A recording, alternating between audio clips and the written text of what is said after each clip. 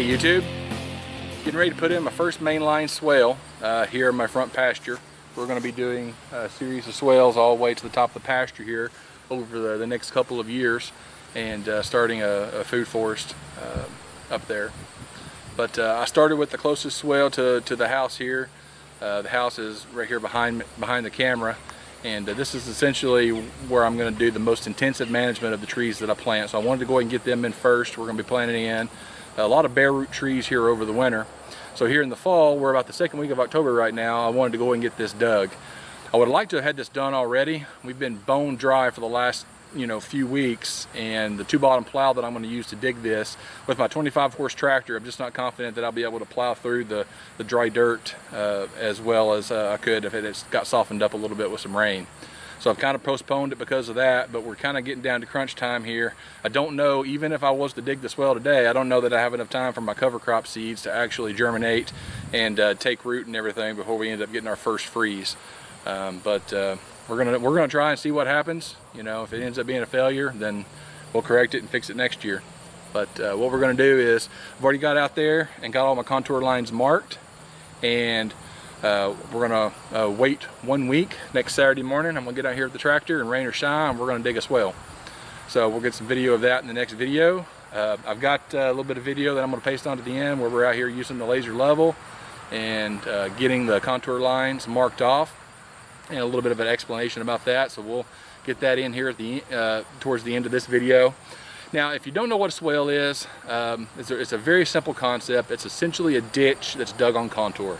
So if you think about a topographical map, you've got all your contour lines that show you your differences in elevation across the map. Think about having a ditch that just follows one of those contour lines. And so the entire ditch is at the same level.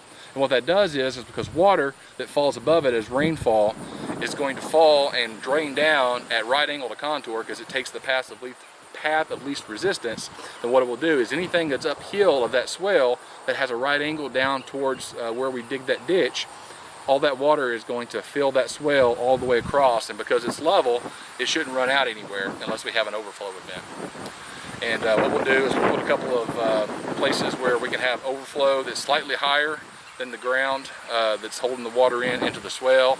And if we do have a large rain event, then we'll be able to discharge extra water there and not create erosion because of that overflow event.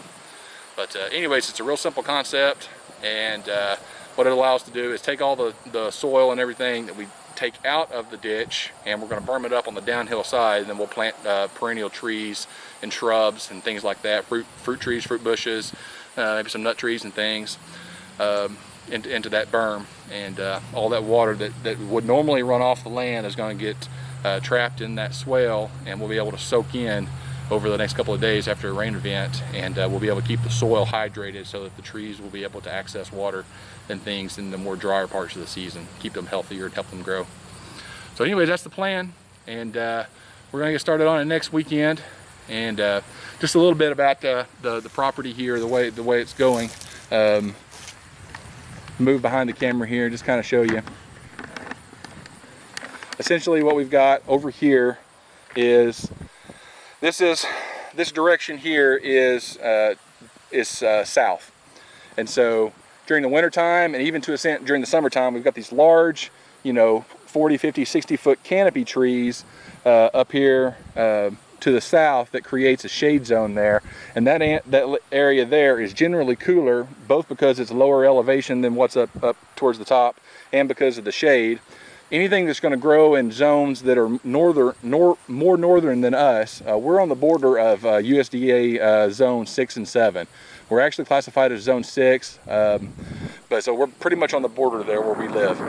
And so anyways, anything that's going to grow zone 6 or above, zone 5, something like that, we would plant down here on this end. It's not going to get the full sun during the summertime, so the plants aren't going to be hit with that harsh summer sun. And then in the winter time, that's going to be the coldest areas right there. We'll get the least amount of sun because the sun will be to our south, and that's the ones that will be cold hardy and be able to handle that. And then of course, come over here out into this area here. This is where we're going to plant our more southerly inclined trees and bushes and things that would grow, you know, in zone 7, maybe even zone 8, possibly down here on this end. It's going to get full sun all the time. It's going to get, you know, it's going to get the full brunt of the sun during the summertime, and then in the wintertime when temperatures dip down, they'll be getting the sun all the time. So that's kind of the plan, and I haven't picked out exactly what we're going to plant, but we'll be picking that out and ordering those bare root trees here this winter. Let's just take a look at the contour of my front pasture here. As you can see, I mean, we're sloping all the way up there towards the east at a pretty good rate. And we've also got kind of a ridge like right here in the middle where the water runs off, comes to both sides.